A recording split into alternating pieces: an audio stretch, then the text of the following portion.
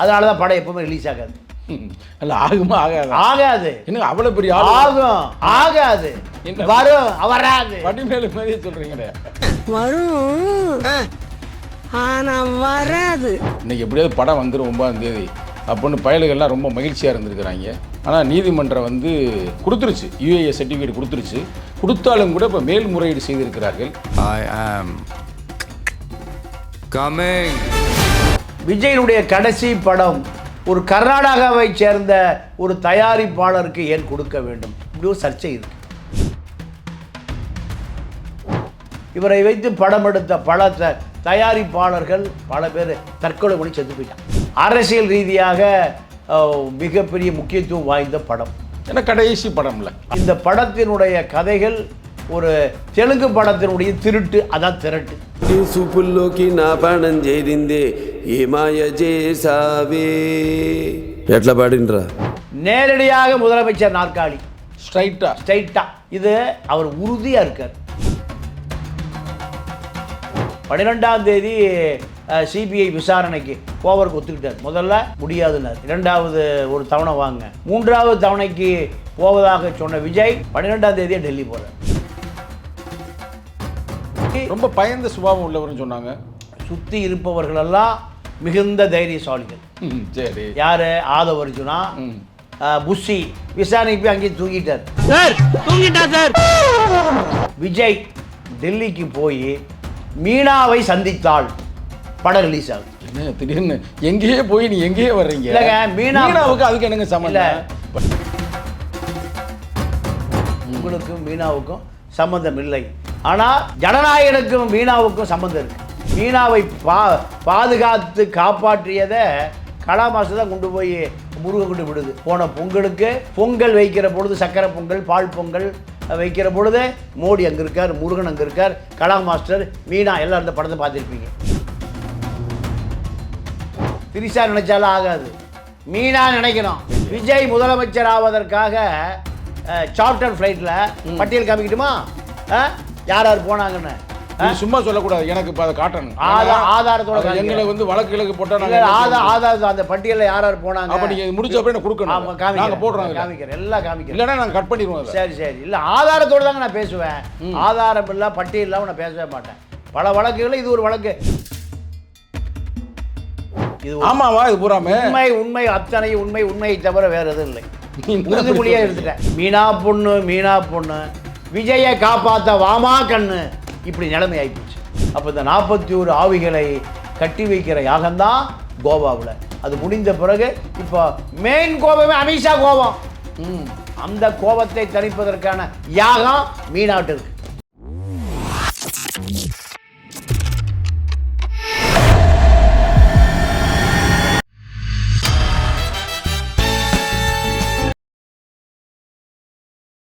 மூத்த பத்திரிகையாளர் தமிழா பாண்டியன் அவர்களை இன்று நாம் சந்திக்கிறோம். ஐயா வணக்கம். ஐயா நல்லா இருக்கீங்களா? ஐயா நல்லா இருக்கு. என்ன ஐயா, பெரிய தமிழ்நாட்டிலே ஒரு பெரிய சிக்கலாக இருக்குது. இன்றைக்கி எப்படியாவது படம் வந்துடும் 9ஆம் தேதி அப்படின்னு பயலுகள்லாம் ரொம்ப மகிழ்ச்சியாக இருந்திருக்கிறாங்க. ஆனால் நீதிமன்றம் வந்து கொடுத்துருச்சு, யுஏஏ சர்டிஃபிகேட் கொடுத்துருச்சு. கொடுத்தாலும் கூட இப்போ மேல்முறையீடு செய்திருக்கிறார்கள். இப்போ இந்த படம் வருமா வராதா? பாவம், படத்துக்கு 500 கோடிக்கு மேலே முதலீடு பண்ணியிருக்கிறோம்னு சொல்கிறாங்க. அதில் பல பேருடைய உழைப்பாளருடைய உழைப்பு அதில் அடங்கி இருக்கிறது. இது ஐயா வந்து முதல் கட்டமாக நீங்கள் எப்படி பார்க்குறீங்க? இல்லை, இப்போ இந்த ஜனநாயகன் படம் தயாரிப்பாளர் வெங்கட நாராயணா, இவர் ஒரு கர்நாடகாவை சேர்ந்த ஒரு ரியல் எஸ்டேட் அதிபர். இங்கே இந்த திரைப்படத்துறையை பொறுத்தவரை விஜயனுடைய கடைசி படம் ஒரு கர்நாடகாவை சேர்ந்த ஒரு தயாரிப்பாளருக்கு ஏன் கொடுக்க வேண்டும்? இப்படி ஒரு சர்ச்சை இருக்குது. இவரை வைத்து படம் எடுத்த பல தயாரிப்பாளர்கள் பல பேர் தற்கொலை பண்ணி செத்து போயிட்டான். ஐயோ, பல பேர் தற்கொலை செய்து மரணம் அடைந்திருக்கிறார்கள். குஞ்சுமோன், நீங்கள் அவர் இருக்கிற இடமே தெரியல. அதே போல் ஆஸ்கர் ரவிச்சந்திரன், அது விஜய் படத்தோடு காணாமல் போயிட்டார். பெரிய நிறுவனம், பெரிய நிறுவனம் காணாமல் போச்சு. கடைசி படம் விஜய் படம் தான். புலி படம் ஆர்கே செல்வகுமார் தலைமறைவாய் கட்சி விட்டு போய் இப்போ போய் திமுகவில் போய் சரண்டர் ஆகிட்டார். இப்படி பல பேர் விஜயை வைத்து படம் எடுத்த கலைப்புலி தானு ஆளே இல்லை. விஜய் வச்சு படம் எடுத்தார். ராமநாராயணன் முரளி அவங்க அப்பா ஒரு 150 படத்தை ஆடு மாடு குதிரை பாம்பு பள்ளி படம் எடுப்பார். விஜய் வச்சு ஒரு படம் எடுத்தால் அதோட அவரும் காலி. இப்படி பல தயாரிப்பாளர்களை காணாமல் ஆக்கிய விஜய் கடைசி படத்தை கொண்டு போய் ஜனநாயகன்னு ஒரு மிகப்பெரிய ஒரு கார்ப்பரேட்டு செம்பரம் தாது மணல் திருட்டு இப்படி பல சர்ச்சைக்குரிய நபரான வெங்கட்ட நாராயணாவுக்கு இந்த படத்தை கொடுத்துருக்காரு. இப்போது இந்த படம் அரசியல் ரீதியாக மிகப்பெரிய முக்கியத்துவம் வாய்ந்த படம். ஏன்னா கடைசி படம்ல. ஆமாம். அப்போது இந்த படத்தினுடைய கதைகள் ஒரு தெலுங்கு படத்தினுடைய திருட்டு, அதான் திரட்டு இந்த படம். படம் வரும்போது கூட சர்ச்சை வருது. அப்போ சொந்தமாக ஒரு படம் கிரியேட்டிவ் எடுக்கக்கூடிய அளவுக்கு விஜயிடம் ஆள் இல்லை. இதுதான் உண்மை நிலைமை. திரைப்படத்திலே ஆள் இல்லைன்னா மக்களை சரி பண்ணிடுவாரா? மக்களுக்கு இப்போ விஜயை பொறுத்த வரைக்கும் நேரடியாக முதலமைச்சர் நாற்காலி ஸ்ட்ரைட்டாக இது அவர் உறுதியாக இருக்கார்.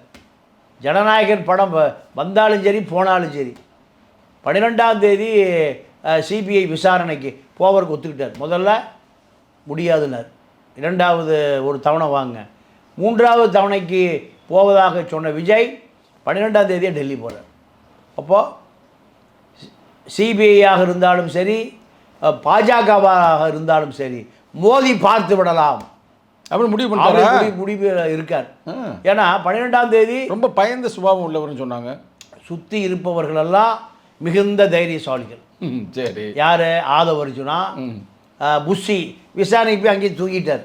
சரி. விசாரணைக்கு போய் தூங்கிட்டார். இவர்களை போன்ற ஜெகதீஷ் பழனிசாமி இத்தனை பெரிய ஜாம்பவான்கள், அறிவுலக ஜாம்பவான்கள் இத்தனை பேர் அவருக்கு பின்னாடி இருக்காங்க. அதனால தான் படம் எப்பவுமே ரிலீஸ் ஆகாது. அல்ல ஆகுமா? ஆகாது. இன்னும் அவ்வளோ பெரிய ஆகாது. வரும், வராது. வடிமேலு மாதிரியே சொல்கிறீங்களே. வரும், திரைக்கு வரும், ஆனால் வராது. ஏங்க அது கரெக்டாக அந்த முறைக்கு வரணும்ல. இப்போ வந்திருந்தா இன்னைக்கு பார்ப்பாங்க, ஃபுல்லாக வெள்ளிக்கிழமை பார்ப்பாங்க, சனிக்கிழமை ஞாயிற்றுக்கிழமை அவங்க போட்ட எதை நீ பெரிய அவர் என்னமோ நீ சொல்கிறத பார்த்தா அவரே ஒரு பெரிய குற்றவாளியுமே இருப்பார். அவருக்கு தயாரிப்பாளர் இல்லை, தயாரிப்பாளருக்கு 5000 கோடி சொத்து இருக்கான். 5000 கோடி சொத்து படம் எப்படியா ரிலீஸ் ஆகணும்னு கர்நாடகா முன்னாள் முதலமைச்சர் குமாரசாமி, இந்நாள் மத்திய அமைச்சர் அலுவலகத்திலே படுத்து கிடக்கிறார் டெல்லியில்.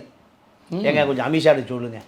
யார்கிட்ட? அமித்ஷாட்ட சொல்லுங்கள். அமித்ஷாட்ட சொல்லுங்கள். அவர் தான் காரணமா? யார்? அமித்ஷா தான் காரணமா? இல்லை, தணிக்கைத்துறைக்கு நீங்கள் இப்போ நேராக முருகன்கிட்ட போயிருக்காங்க. அவர் தான் அமைச்சர், செய்தி ஒளிபரப்புத்துறை அமைச்சர். அவர் கீழே தான் தணிக்கைத்துறை வருது. அவர் எனக்கு தெரியாது, பாஸை பார்த்துருங்க. சரி. யார? பாஸை பார்த்துருங்க. அப்போ நேராக பாஸ்கிட்ட போவதற்கு குமாரசாமி தகுதியான நபர். ஆனால் மத்திய அமைச்சர், முன்னாள் முதலமைச்சர், அந்த பிரதமர் தேவகவுடா மகன், குட்டி நடிகை, ஒரு அவருடைய 2வது கணவன், இப்படி பல தகுதி இருக்குது அவருக்கு. குட்டி பத்மினி, குட்டி ராதிகா குட்டி ராதிகாவினுடைய கணவன், ஒரு நடிகருடைய கணவன், இப்படி பல தகுதி இருக்குது. அந்த குமாரசாமி அமித்ஷாவுக்கு தொடர்பு கொள்கிறாரு. நான் பார்த்துக்கிறேன், தமிழ்நாட்டு விஷயத்தை நீங்கள் தலையிட வேண்டாம், உங்களுக்கு அது தெரியாது, அமைதியார். இப்படி அதே போல் இப்போ விஜய் டெல்லிக்கு போய் மீனாவை சந்தித்தால் படம் ரிலீஸ் ஆகுது. என்ன திடீர்னு எங்கேயே போய் நீ எங்கேயே வர்றீங்க? இல்லைங்க, மீனாவுக்கு அதுக்கு என்னங்க சம்பந்தம்? இப்போ நீங்கள் வந்து முருகனை சொன்னீங்க சரி, அதே மாதிரி யாரோ இப்போ ஒரு அமைச்சரை சொன்னீங்க அது சரி, குமாரசாமி சொன்னீங்க அது சரி, அமித்ஷாவை சொன்னீங்க அது கூட சரி, சம்மந்தமே இல்லாமல் நடிகை மீனாவை பற்றி சொல்கிறீங்களே. உங்களுக்கு சம்மந்தம் இல்லை, உங்களுக்கும் மீனாவுக்கும் சம்மந்தம் இல்லை.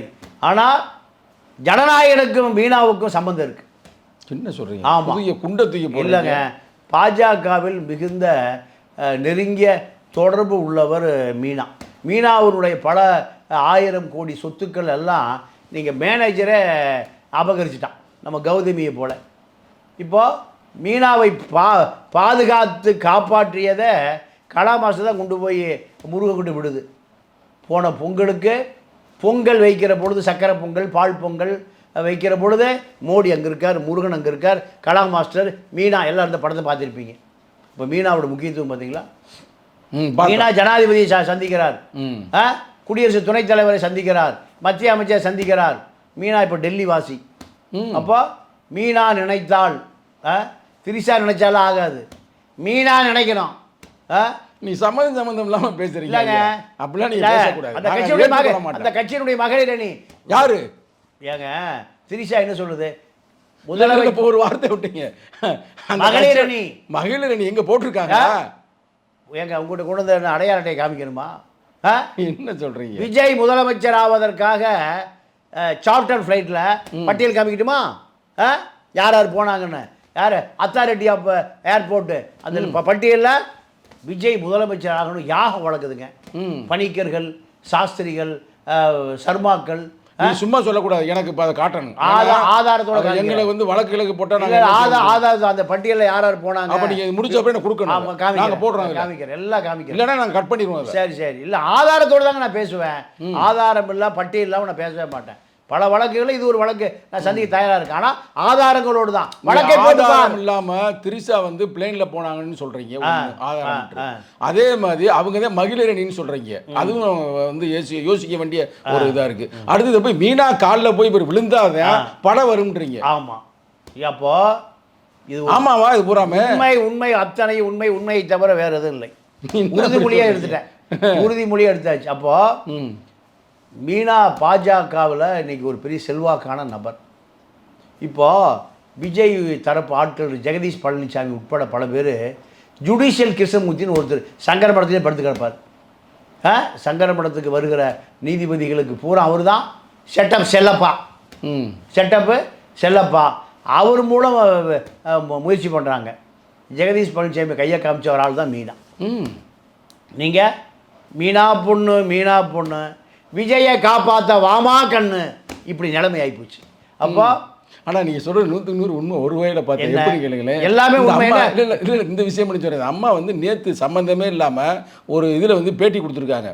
அதில் என்ன சொல்கிறாப்புலன்னா, நான் வந்து அஜித்தோட நடிச்சிருக்கிறேன், அதே மாதிரி விஜயோட நடிக்கணும் அப்படின்னு சொல்லி விஜய் என்னை கேட்டார், நான் ரொம்ப பிஸியாக இருந்தேன் அப்படின்னு இப்போ அதை கருத்தை போட்டிருக்காப்புல. என்னன்னு தெரியலையே. அப்ரோச் பண்ணுறாங்கல்ல, அம்மா எப்படியே படத்தை ரிலீஸ் பண்ணி விடு, உன்னுடைய செல்வாக்கை பயன்படுத்து, சரி உன்னுடைய செல்வாக்கை பயன்படுத்து பாஜகக்குள்ள, உன்னுடைய சொத்தை மட்டும் நீ மீட்டுக்கிட்டீல்ல. பினாமிகள் பாதுகாப்பதற்காக அவங்க அம்மாவால் நியமிக்கப்பட்ட பல பேர் பல சொத்துக்களை ஆட்டையை போட்டான். அதெல்லாம் அந்த அம்மா பாஜகவுக்கு போன பிறகு அந்த இடங்கள். அப்போ ஒருவேளை அவர் முருகன் நல்லதானே செஞ்சிருக்கிறாரு. முருகன் ஒரு பெண்மகளுக்கு வந்து ஒரு கணவன் இல்லாத பெண்மகளுக்கு வந்து இவ்வளவு பிரச்சனையை உருவாக்கி இருக்கிறாங்க. அப்போ அவர் பாதுகாத்து அந்த அம்மாவுக்கு ஒரு நல்லது செஞ்சிருக்காரு. அதை நம்ம வந்து நன்மையாக தான் பார்க்கணும். இல்லை, முருகன் எப்பவுமே நல்லா தான் செய்வார். பழனிமலை முருகனாக இருந்தாலும் சரி, திருப்பரங்குன்ற முருகனாக இருந்தாலும் சரி, அறுவடை முருகன் அத்தனை பேர் நல்லதான். இந்த முருகன் வள்ளி தெய்வானையோட இருப்பாங்க. இந்த முருகனும் நல்லா தான் பண்ணியிருக்காரு, நல்ல செஞ்சா நல்லது. நீங்கள் அப்போ அந்த பாவம் அந்த பொண்ணு கணவரை வேற இறந்துட்டான். அதனால அந்த பொண்ணுடைய சொத்துக்களை பூரா அத்தனை சொத்துக்களையும் பாதுகாத்து கொடுத்துருக்காரு. இப்போ விஜயுடைய ஜனநாயகன் படம் தணிக்கைத்துறை என்பது முருகனுடைய இலாக்காவுக்கு கீழே வருது. தகவல் ஒளிபரப்புத்துறை இணை அமைச்சர், நம்ம தமிழ்நாட்டை சேர்ந்தவர். இப்போ அவர் அப்ரோச் பண்ணுகிற பொழுது அவர் சொல்லிட்டார், நான் மேலேருந்து எனக்கு உத்தரவு வரணும்,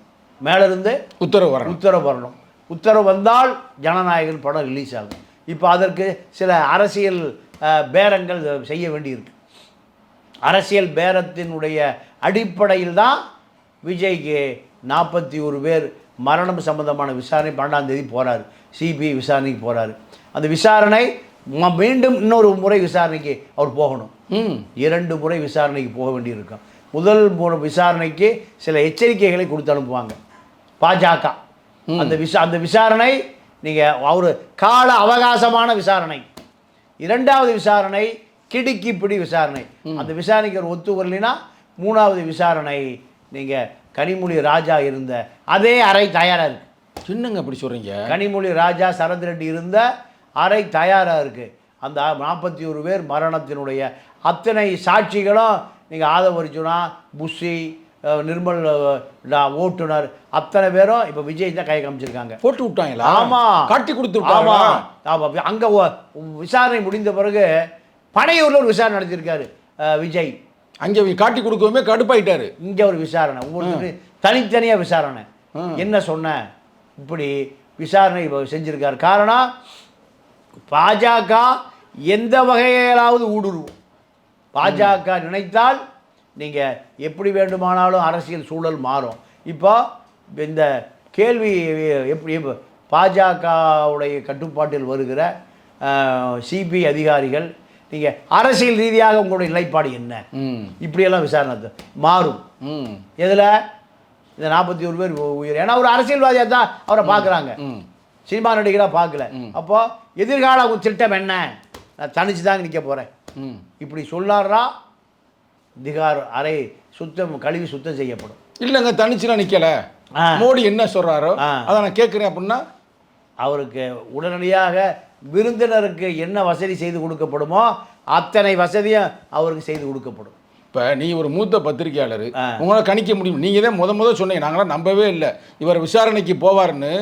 நீங்கள் ஒரு 4 நாளைக்கு முன்னாடி ஒரு தொலைக்காட்சி நீங்கள் பேசியிருக்கிறீங்க. இப்போ வருங்காலங்கள் எப்படி அமையும், இவருடைய படம் வெளிவருமா, முதல் கேள்வி. அது அந்த குறிப்பிட்ட காலத்திலே அந்த பொங்கலுக்கு முன்னாடி வருமா, அதே நேரத்தில் இவர் வந்து கூட்டணிக்கு போவாரா இல்லை தனித்து நிற்பாரா? இல்லைங்க, இது எல்லாமே விஜயினுடைய பதிலில் தான் அடங்கியிருக்கு. விஜயினுடைய பதிலில் தான் அடங்கியிருக்கு. எதிர்காலம் கருதி விஜய் பாஜக கூட்டணி அதிமுக இவருடைய பொது நோக்கம் என்னென்னா திமுக ஆட்சிக்கு வந்து விடக்கூடாது, அதிகாரத்துக்கு வந்து விடக்கூடாது. அப்போ அந்த நோக்கம் பாஜகவும் அதுதான் நோக்கம், அதிமுகவும் அதுதான் நோக்கம். இந்த நோக்கத்தில் இருக்கக்கூடிய 3 பேர் ஒன்று சேர்ந்து ஏன் தற்காலிகமாக ஒற்றுமையாகக்கூடாது?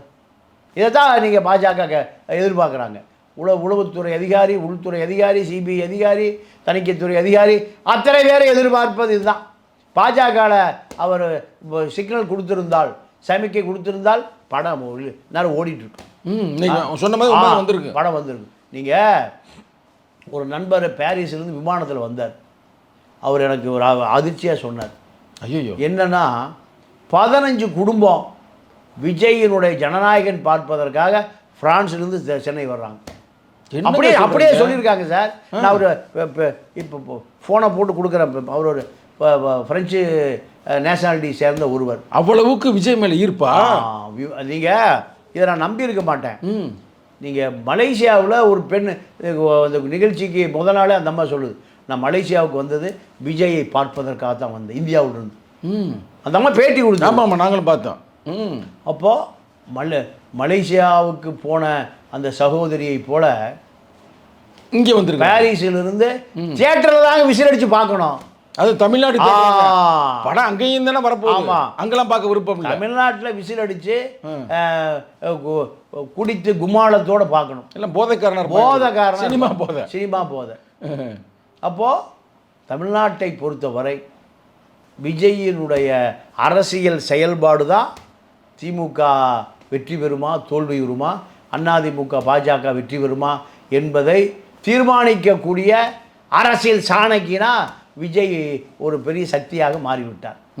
இந்த சக்தியை திமுக என்ன நினைக்குதுன்னா தனித்து நிற்பதற்கான ஒரு முயற்சியை திமுக எடுக்குது.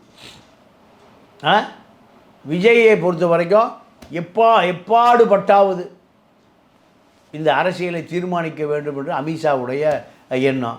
திமுக என்ன நினைக்குது, உங்களுக்கு எது வந்தாலும் நாங்கள் பார்த்துக்கிறோம், நீங்கள் தனிச்சு நில்லுங்க, உள்ளே போகிறீங்களா வெளியே வரீங்களா, இப்படி திமுக தரப்பிலிருந்து சமிக்கைகளும் கொடுக்கப்படுகிறது. இப்போ இவ்வளவு பிரச்சனைக்கு மத்தியில் நான் ஒரே ஒரு வரலாற்று நிகழ்வை சொல்கிறேன். விஜயகாந்த் எடுத்த படம் நான் மகான் அல்ல, நான் காந்தி அல்லன்னு படம். காந்தி இந்த படத்தை திரையிட விடக்கூடாதுன்னு ஒரு வழக்கு, தணிக்கைத்துறைக்கு ஒரு வழக்கு வந்துருச்சு. வழக்கு வந்த பிறகு இந்த வழக்கில் நேரடியாக ஆஜரானது யாருன்னு கேட்டிங்கன்னா நம்ம எம்ஜிஆர் வக்கீல் கே சுப்பிரமணியம். அப்போ அவர் என்ன சொன்னார்னா, எந்த பகுதியை வெற்றிவிட வேண்டும் என்பதை நீங்கள் தணிக்கைத்துறை சொல்லுகிறதோ அதை நீதி அரசரையும் அழைத்து கொண்டு போய் திரைப்படத்தை போட்டு காமிப்போம். எங்கே பெரிய தியேட்டரில், மினி தியேட்டரில், பிரிவு தியேட்டரில். அதில் தணிக்கைத்துறை எதை வெட்டணும்னு சொல்லுகிறார்களோ அதை நீதிபதியே சொல்லட்டும். நீதிபதி தணிக்கைத்துறை அதிகாரிகள் 2 பேருமே அந்த திரைப்படத்தை பார்க்கட்டும், அவர்களே முடிவு சொல்லட்டும். அப்போவே அவர்கள் எதை சொல்லுகிறாரோ அதை கட்டுப்படுறேன். விஜயகாந்த் சொன்னது சொல்லி நீங்கள் இதுக்கு நடுவில் விஜயகாந்த் என்ன பண்ணார்? விஜயகாந்தா ரஜினிகாந்தா? விஜயகாந்த் நான் காந்தி அல்ல, விஜயகாந்த் படம். நீங்கள் கேஸ் தான் ஆஜரானார். விஜயகாந்த் காரை அனுப்பி நீதிபதி ஜெகதீசன் அவருடைய குடும்பத்தாரும் வந்து பிரிவு பார்க்குறாங்க. நீதிபதி ஜெகதீசன் பேரே சொல்லியாச்சு. அப்போ தணிக்கைத்துறை அதிகாரிகள், நீதிபதி ஜெகதீசன், நீதிபதி குடும்பம் எல்லாம் பார்க்குறாங்க. இதில் என்ன இருக்குது வெட்டுறக்கு? ஒன்றுமே இல்லையே. யார் சொல்கிறா? நீதிபதி குடும்பம் அதே சொல்லுது. அப்போ அடுத்த நாள் தேதி குறிப்பிட்டபடி படம் ரிலீஸ்.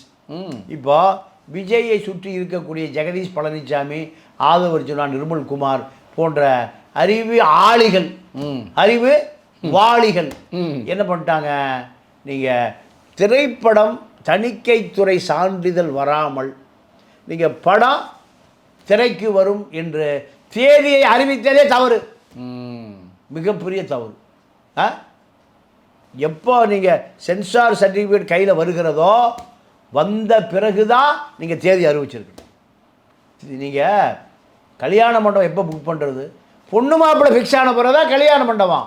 இப்போ இந்த அறிவு வாளிகள் என்ன பண்ணாங்க? கல்யாண மண்டபத்தை முதல்ல புக் பண்ணிட்டு பொண்ணு மாப்பிள்ளை தேடுறானுங்க. பொண்ணு கட்டிக்க மாட்டேங்குது, மாப்பிள்ளை வரமாட்டேன் கோச்சிக்கிறாரு. மண்டபத்தை வச்சு என்ன பண்ணுவீங்க? இப்போ இதுதான் பணத்தில் ரிட்டர்ன் பண்ணிட்டாங்க. நீங்கள் 500 கோடி ரூபாய் பணம் வெளிநாட்டு உரிமை வாங்கணும் பூரா என்ன சொல்கிறான்? எங்களுக்கு நாங்கள் பல கோடிகளை உங்களுக்கு கொடுத்துருக்கோம், நாங்கள் பொங்கலுக்கு ரிலீஸ் பண்ணிடுவோம். பொங்கலுக்கு அது ரிலீஸ் ஆகலைன்னா அப்போ பொங்கல் முடிஞ்ச ஏங்க பட்டாசு எப்போங்க வாங்குவான்? தீபாவளி முடிஞ்ச வரை பட்டாசு வாங்குவானா? யாரும் வாங்க மாட்டாங்க. அப்போ பொங்கல்னா அப்போ தான் பொங்கல் வைப்பாங்க, அப்புறம் பொங்கல் வைக்க மாட்டாங்க. கரும்பு மஞ்சள் எல்லாம் பொங்கலுக்கு தான். பொங்கல் முடிந்த பிறகு எவனாவது பொங்கல் பணம் வாங்குவானா? வாங்க மாட்டாங்க. தீபாவளி முடிஞ்ச வரை பட்டாசு வாங்குவானா? இல்லை. அப்போ விஜயுடைய கதை இப்படி தான். அப்போ அரசியலுக்கு வருவதற்கு முன்பே நீங்கள் டாக்டர் சரியில்லைனா பேஷண்ட் செத்து போயிடுவான், வக்கீல் சரியில்லைனா வழக்கு தோற்று போகும். அப்போது முதலமைச்சர் ஆகிற உனக்கு தணிக்கை சான்றிதழ் வாங்கிய பிறகு தானே ரிலீஸ் தேதி அறிவிக்கணும். உனக்கு தான் பல மட்டத்தில் எதிரி. திமுக தேட்டர் தர மாட்டேங்கிறான், பாஜக உனக்கு கூட்டணி சேர்க்க சொல்கிறான். அப்போ இவ்வளவு எதிரிகள் ஆகாம் புறமாக சுற்றி நிற்கிற பொழுது உனக்கு குறைந்தபட்ச அறிவாளிகளை வைத்துக் கொள்ளணுமா இல்லையா? ஆதவ அர்ஜுனாக்கு என்ன அறிவு இருக்குது? புஷி சிபிஐயில் தூங்கி தட்டி எழுப்பி விசாரிக்கிறானு. ஏட்டையா லெவலுக்கு மேலே நான் விசாரணைக்கே போனதில்லையா? ஒரு பயந்து தூங்கிட்டாரோ? சரி, ஒரு பயந்துட்டு மூத்திரம் பெஞ்சிருவாங்க, ஒரு பயந்து தூங்கிட்டாரான்னு நினைக்கிறேன். அப்போது இது போன்ற நபர்களை வைத்துக்கொண்டு இட்டாண்டுட்டு வர்றது இட்டாண்டு போகிறதாயா எனக்கு தெரியும். இப்போ விஜயுடைய நிலைமை அரசியலில் ஒரு பெரிய பின்னடைவு, திரைப்படத்தில் ஒரு பெரிய பின்னடைவு. அப்படி நீங்கள் சொல்கிறீங்க. நாங்கள் நினைக்கிறோம்னா இப்போ ஒரு வாய்ப்பு உருவாயிருச்சு நாங்கள் பார்க்குறோம். படம் வரல நம்ம தலைவருக்கு பெரிய சிக்கலாயிருச்சு, அதனால் அந்த படத்தை பெரிய வெற்றி படம் ஆக்கணும்னு நீங்கள் ரொம்ப பரபரப்பாக செயல்படுறாங்க அப்படின்ற மாதிரி நாங்கள் பார்க்குறோம். ஏன்னா இப்போ நீங்கள் பாருங்கள், இந்த தீர்ப்பு அந்த அம்மா கொடுத்து முடிச்சே வேட்டை போட்டாங்களே சென்னையிலலாம். அப்போ அது ஒரு வகையான ஒரு தாக்கத்தை உருவாக்கலாம். ஒருவேளை நான் போகவே மாட்டேன் அமித்ஷாட்ட அப்படின்னு ஒருவேளை காங்கிரஸ்கிட்ட போயிட்டாருன்னா அது ஒரு வளர்ச்சி தானே. எப்படி நீங்கள் ஒரு பின்னடைவுன்னு சொல்கிறீங்க? எனக்கு புரியலையே. நீங்கள் காங்கிரஸும் திமுகவும் இரட்டை குழந்தைகள். இந்த காங்கிரஸை பிரிப்பதற்கு ஆதவ அர்ஜுனா எத்தனை ஐடி விங்கு வேலை பார்த்தாலும் இறுதி முடிவை சோனியாவும் ராகுலும் தான் முடிவு பண்ணுவாங்க. பிரவீன் சக்கரவர்த்தி முடிவு பண்ண முடியாது. பிரவீன் சக்கரவர்த்தி யாருன்னா நீங்கள் பிடிஆர் பழனிவேல் ராஜனுடைய அரசியல் வாழ்க்கையவே முடிச்சு வச்சவர். நீங்கள் பிடிஆர் கூட பேசிகிட்டே இருக்கார். பேசிகிட்டு இருக்கிற ஒரு விருந்துக்கு போகிறார். விருந்துக்கு போய் நீங்கள் மாப்பிள்ளை பற்றியும் சபரீசன் பற்றியும் பல கதைகளை செந்தில் பாலாஜியை பற்றியும் பேசுகிறார். அதை பூரா டேப் பண்ணி அப்படியே சவுக்கிட்டு கொடுத்துட்டார். இந்த நபர் பிரவீன் சக்கரவர்த்தி. இவர் தான் விஜயினுடைய ஆலோசகர். விளங்குமா விஜய்? விளங்குவாரா? இது என்ன பயங்கரமான செய்தி. ஆமாம், அந்த வேலை செஞ்சு இவர் தானே. இவர் தான் பயங்கரமான ஆள். பயங்கரமான ஆள். எல்லாம் நீங்கள் மயிலாப்பூர் அவாள் இவாள் அவா இவா. அப்போ இந்த அவா இவாவை நம்பினால் விஜய் கரையேறுவாரா கரையேறவே முடியாது. இப்போ விஜயை பொறுத்த வரைக்கும் ஜனநாயகனுக்கு ஒரு மிகப்பெரிய எதிர்ப்பு, கரூர் வழக்கு ஒரு மிகப்பெரிய இக்கட்டில், திரைப்பட வாழ்க்கையும் முடிவுக்கு வருது, அரசியல் வாழ்க்கையும் முடிவுக்கு வருது. 2 வாழ்க்கையும் நீங்கள் இவர் மீண்டு வருவாரா அல்லது நீங்கள் இவர் எப்படி தப்பிப்பார்? மீனாவை இதுவரை அவர் சந்திக்கவே இல்லை. மீனாவிட்ட உதவியே கேட்கல, மீனாவிட்ட உதவியே கேட்கல. மீனா நினைத்தால் விஜயை காப்பாற்ற முடியும். உண்மையிலேவா? உண்மையாக காப்பாற்ற முடியும். உண்மையாக பார்த்துட்டு ஏதாவது அவர் ஸ்டெப் எடுக்கலாம்னு நினைக்கிறேன். நேரம் காலமெல்லாம் கடந்து கொண்டே இருக்கு.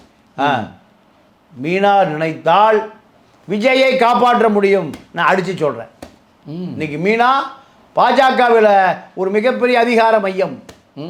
மீனா சகல பாஜக தலைவர்களுக்கும் அறிமுகமான ஒரு நபர். இப்போ எம்எல்ஏ ஆயிடுவாங்களா இப்போ எலெக்ஷனில்? எம்பி, நாடாளுமன்ற எம்பி யாராருன்னா குஷ்பு, கௌதமி, விஜயதரணி, சரத்குமார், திரைப்படம் எல்லாம் சினிமா, எல்லாம் கிளாமர், எல்லாம் ராதிகா ஓட்டு கேட்கும். யாருக்கு? சரத்குமாருக்கு மட்டும் இல்லை, கௌதமிக்கு, குஷ்புக்கு, இப்படி விஜயதரணி, அதோட சேர்ந்து மீனா வர்றாங்களா அந்த லிஸ்ட்டில்? மீனா இப்போ பிரச்சாரம். ஆமாம், மீனா நாடாளுமன்றம், டெல்லி பாலிடிக்ஸ் தான். சட்டமன்றம் கிடையாது, நாடாளுமன்றம் தான். இப்போ சரி, இப்போ நீ ஒரு மூத்த பத்திரிகையாளர், இவ்வளவு நெருக்கடியான சூழ்நிலை இருக்கிற விஜய்க்கு வந்து நீங்கள் வந்து என்ன ஓப்பனாக சொல்லுங்களேன். ஏன்னா நம்ம வந்து அப்படி பார்க்கக்கூடாது. பாவம், ஒரு தம்பி, ஒரு என்டர்டெய்னர், இப்போ அப்படி ஆகி போச்சு. அவருக்கு என்ன ஒரே சொல்யூஷன் இதானா, மீனா தானான்ற வேற? மீனா மூலம் அமித்ஷாட்ட போகலாம், இல்லைன்னா நேரடியாகவே அமித்ஷா விஜயனுடைய வரவுக்காக காத்திருக்கார். அவர் காத்திருக்கார். இப்போ அவருக்கு நீங்கள் காஷ்மீரில் அது ஒரு ரிவ்யூ போயிட்டுருக்கு, பீகார் அரசியலை பார்க்கணும், வெஸ்ட் பெங்கால் அரசியலை பார்க்கணும். தேர்தல் நெருங்க அமித்ஷாவுக்கு தூங்குறதுக்கு நேரமே இல்லை. இதுக்கு நடுவில் தமிழ்நாட்டு அரசியலையும் பார்க்கணும். எப்பாடுபட்டாவது திமுகவை ஆட்சிக்கு வருவதை, அதிகாரத்துக்கு வருவதை தடுத்து விட வேண்டும். இப்போ இவ்வளவு சீரியஸாக அமித்ஷா போய் அரசியல் செய்து கொண்டு இருக்கிற பொழுது நீங்கள் விஜய் அமித்ஷா பக்கம் ஏறெடுத்தும் பார்ப்பதில்லை. அதெல்லாம் உண்மைதான், அது உண்மைதான். அப்போ அமித்ஷா கோவம் வருமா வராதா? நீங்கள் அருண் நேரு வந்து காலில் விழுந்து நம்ம மாமிகிட்ட ஆசீர்வாதம் வாங்கிட்டு போகிறார். யார்? நேருடைய பையன்.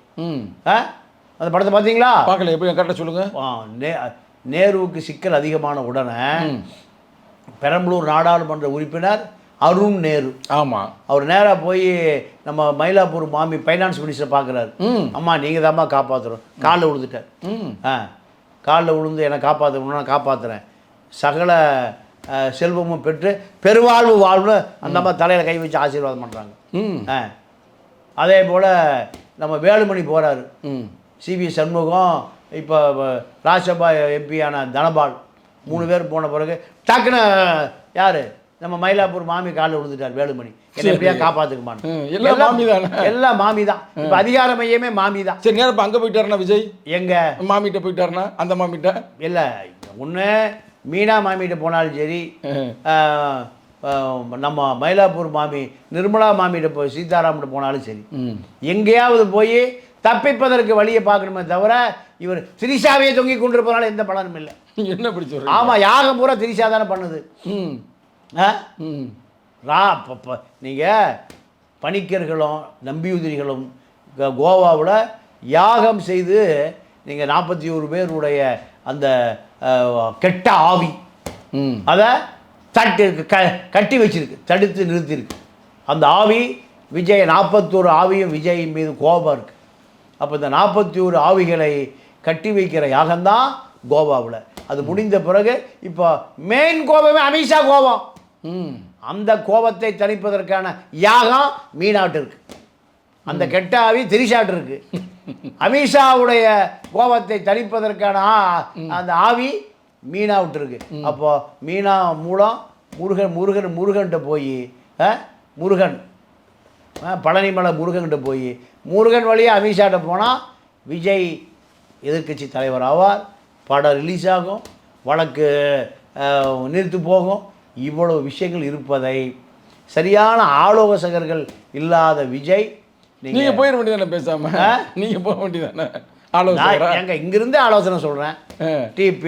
பிபிடி நியூஸ் வழியாவே ஆலோசனை சொல்கிறேன். இதை கேட்டுக்கொண்டாலே பக்கத்தில் போயிருந்தா ஒரு செழிப்பாக இருக்கலாமே. இல்லை இல்லை, எல்லா உங்களை மாதிரி பத்திரிகையாளர்கள்லாம் ரொம்ப செழிப்பாக இருக்கிற மாதிரி செய்தி. ஆமாம், எல்லாம் கட்டிங் வாங்கிட்டு செட்டில் ஆகிட்டான். இப்போ திமுகவுக்கு ஒரு குரூப் இருக்குன்றாங்க. ஆமாம், அதே மாதிரி அதிமுகவுக்கு ஒரு குரூப், அதே மாதிரி அங்கே ஒரு குரூப், விஜய்க்கு ஒரு குரூப் இருக்கு, பல குரூப். அப்போ நீ சீமானுக்கு ஒரு குரூப், நீங்கள் எந்த குரூப்? எவ்வளோ சேர்த்த மாட்டேங்கிறான், எந்த பயிலும் சேர்த்த மாட்டேங்கிறான். ஏன் ஜெயலலிதா சொன்னது பிறகு கண்டு கட்டி தூரம் வரா பார்த்துக்கடா அப்படிங்கிறாங்க. நீங்கள் மக்கள் குரூப்போட இருக்கிறீங்க, அதான் இங்கே முக்கியம். இப்போ உங்களை வந்து எத்தனை பேர் கூப்பிட்றான்னு எங்களுக்கே தெரியும். பட் நீங்கள் யார்கிட்டையும் வளையலை. ஏன்னா பெரியாருடைய மாணவர் இல்லை, நீங்கள் போய் எப்படி நீங்கள் வீரமணியே பெரியார் விட்டுட்டு போயிட்டார். இப்போ பார்க்க வேண்டிய பாதுகாக்க வேண்டிய பொறுப்பு உங்களுக்கு தானே இருக்குது. கோவை ராமகிருஷ்ணன் நம்ம தளபதி, நம்ம தலைவர் கோவை ஆறுசாமி, இவர்கள் வழியில் நான் போயிட்டு இருக்கேன். இப்போ இப்படிப்பட்ட ஒரு தமிழ்நாடு இப்போ விஜய்க்கு பின்னாடி போய் நிற்கிது. இதை பார்க்கும்போது உங்களுக்கு எப்படி தோணுது? இல்லைங்க, அது அண்ணா போட்ட விதை. அண்ணா போட்ட விதை, அந்த விதை அப்படியே செடியாகி மரமாகி பெரிய விருட்சமாக நிற்கிது, விருட்சமாக நிற்கிது. இந்த விருட்சம் என்பது காலத்தின் கட்டாயம். வேரில் மட்டும் இல்லை, விழுதுகளிலும் நிற்கிது. சினிமா மோகம், சினிமா மோகம், கவர்ச்சி மோதம். ஆனால் அவர் ஒரு பெரிய படித்த அறிஞர் இல்லை, அவராக அப்படி போனார் சினிமா பக்கத்து. யாரு? அறிஞர் அண்ணா அவர்கள். எம்ஜிஆரை தங்க முகத்தை காமி தம்பி, இந்த பயிலவனை ஏமாத்திக்கிறேன் சொன்னது அவர் உண்மையாது? ஏன் அப்போ நீங்கள் எங்கேயாவது எங்களுக்கு தெரியாதாங்க அந்த தலைமுறையில் இல்லைங்களா? ஆமாம், உண்மையிலே அபுதாபி பக்கத்து தான் நாங்கள் இருந்தேன். உங்களுக்கு தானே தெரியும் அந்த வரலாறு. எம்ஜிஆர் முகத்தை காமிச்சு தான் அண்ணாவே ஆட்சிக்கு வர்றார். நீங்கள் இப்போ படம் எடுக்கிறானுங்களே இந்தி போராட்டம், உண்மையான இந்தி போராட்டம் என்ன தெரியுமா? மாணவர்கள் தன்னெழுச்சியாக போராடியதை திமுக அறுவடை செய்து கொண்டு திமுக போராடினது போல திமுக போராடலை. இப்போ ஜனநாயகனுக்கு போட்டியாக இந்தி போராட்டம் கதை தான் பராசக்தி. ஆமாம், இந்த பராசக்தி ஏதோ திமுகவே புரட்சி நடத்தியதை போல போராடியதை போல நீங்கள் சிவகார்த்திகேயன் வச்சு ஒரு பில்டப் பண்ணியிருக்காங்க. போராட்டத்துக்கும் தொடர்பே இல்லை. அன்னைக்கு மாணவர்களாக இருந்த இளைஞர்கள் போராடணும். மாணவர் எழுச்சி அதுக்கு திமுக சம்மந்தமே இல்லை. நீங்கள் எம்ஜிஆரோ எம்ஆர் ராதாவோ குடுக்கல் வாங்கல சுட்டுக்கிட்டாங்க. குடுக்கல் வாங்கல் இதில் எம்ஜிஆர் தொண்டையில் குண்டு பாஞ்சு பெரிய கட்டு போட்டு ஆஸ்பத்திரியில் இருப்பார் லுங்கி கட்டிட்டு. காங்கிரஸ்காரன் சுட்டு விட்டான், 1 லட்சம் போஸ்ட் அடிச்சு ஓட்டினானுங்க அன்னைக்கு அண்ணா. நாணயமான அரசியல் அது. 1 லட்சம் போஸ்டர், ஒரு போஸ்டருக்கு 100 ஓட்டுன்னு கணக்கு போட்டு சொன்னாராம். எவ்வளவு? 100 ஓட்டு. எம்ஜிஆருக்கும் எம்ஆர் ராதாவுக்கும் என்ன காமராஜர் துப்பாக்கி வாங்கி கொடுத்து சுட சொன்னாரா?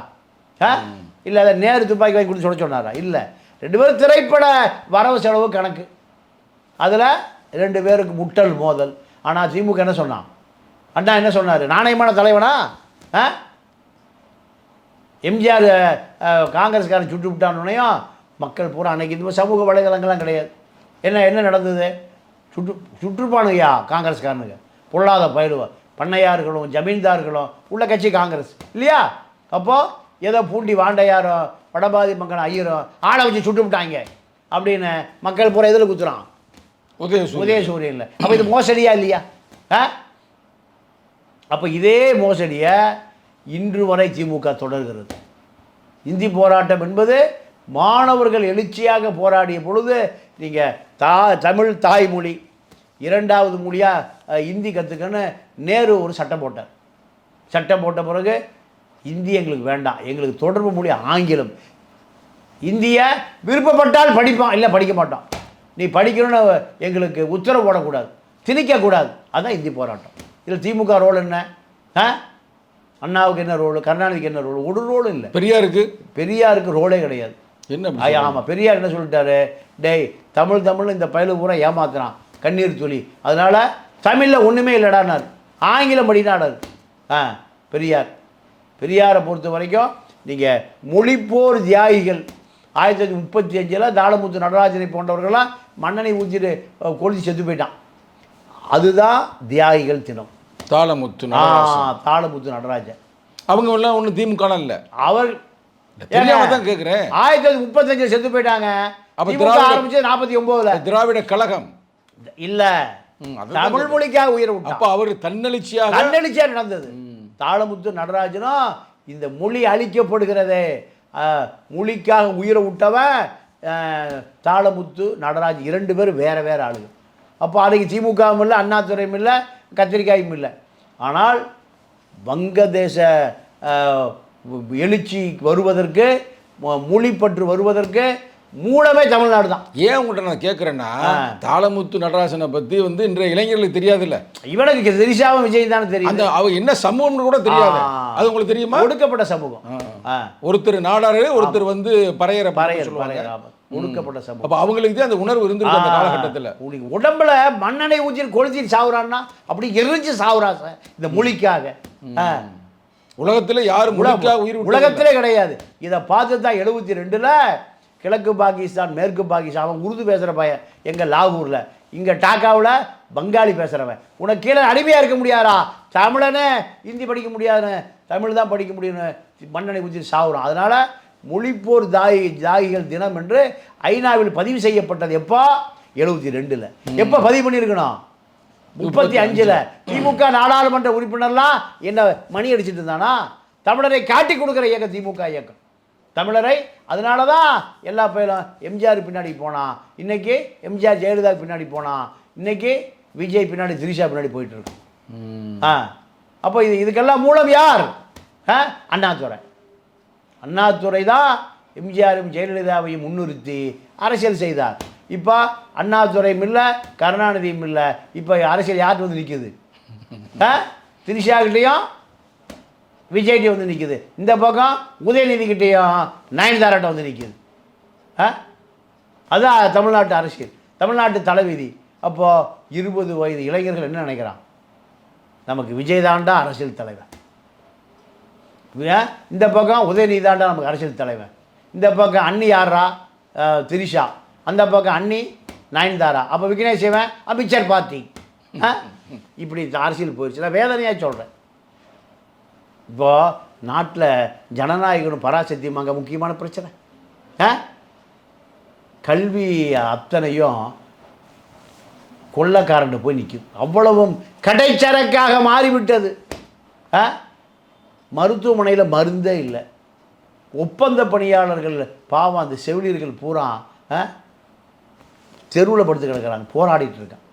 குப்பை அள்ளுறவன் நீங்கள் சதக் ஜலால் 700 கோடியை 7000 கோடி ஆக்கி துபாய்க்கு எடுத்துகிட்டு போயிட்டான். இங்கே என்ன குப்பை அள்ளிட்டு இருக்கேன். குப்பை லாரி ஓட்டுறவன் 10 லட்ச ரூபா 8 லட்ச ரூபா லஞ்சம் போராட்டத்தில் இறந்தே போயிட்டாப்புல. அந்த இதுக்குள்ளே போய் அந்த கழிவு நீர் அந்த இதில் போய் உள்ள போராட்டத்தை நடத்தி இறந்து போயிட்டார். யாரும் வாயை திறக்கல. அப்போது இவ்வளவு கொடுமை நடக்குது. இந்த திராவிட இயக்கம் இங்கே ஜனநாயகன் எப்போயா ரிலீஸ் ஆகும்? பராசக்தி எப்போ ரிலீஸ் ஆகும்? தருதலையாக போயிட்டாங்க சினிமா தருதலைகள். அப்போ இதுக்கெல்லாம் விதை போட்டவர் யார்? அண்ணாதுரை கும்பல் தான். நீங்கள் அதையே சொல்லிக்கிட்டு இருக்காதீங்க. நாங்களாம் அவர் வந்து அறிஞர் அண்ணாதுரை என்று அறிவே இல்லாத ஒரு ஏழைகளின் சிரிப்பில் இறைவனை காணலாம்னு சொன்ன ஒரு அறிஞர் நாங்கள் நினச்சிக்கிட்டு இருக்கிறோம். நீ அவரை போயே தட்டுறீங்க. பாவம், அவர் போயிட்டு தோற்றத்து மல்லிகையில் மனம் உண்டு, இதுதான் அண்ணா சொன்னது. அடுத்தவன் மனைவியா ஆரிய மாய புத்தகத்தை படிங்க, அவ்வளோ சிறப்பாக எழுதியிருப்பார். நீங்கள் வந்து அந்த நெகட்டிவ் போயிட்டே போகிறீங்க. இன்னமும் சொல்லப்போனால் தந்தை பெரியாருக்கும் புரட்சி அம்பேத்கருக்கு ஒரு டிரான்ஸ்லேட்டாக இருந்திருக்கிறாரு. இல்லை, அன்னைக்கு அது வரைக்கும் சரியாக தான் இருந்திருக்காரு. அதற்கு பின்னாடி தான் நீங்கள் அப்படி அது வரைக்கும் பெரியாரிடம் இருக்கிற வரை ஆரிய மாயில அப்போ தான் எழுதுங்க. அப்போ பெரியார்கிட்ட இருக்கும்போது தாங்க. பெரியார் இல்லைன்னா அண்ணாதுரை ஏது? அண்ணாவும் பெரியார் எங்கே சந்திக்கிறாங்கன்னா திருப்பூர் மாநாட்டு சிலை இருக்கு, போய் பாருங்கள். 1935 அண்ணாவும் பெரியாரும் சந்தித்து கொண்ட இடம் திருப்பூர் செங்குந்த முதலியார் மாநாடு.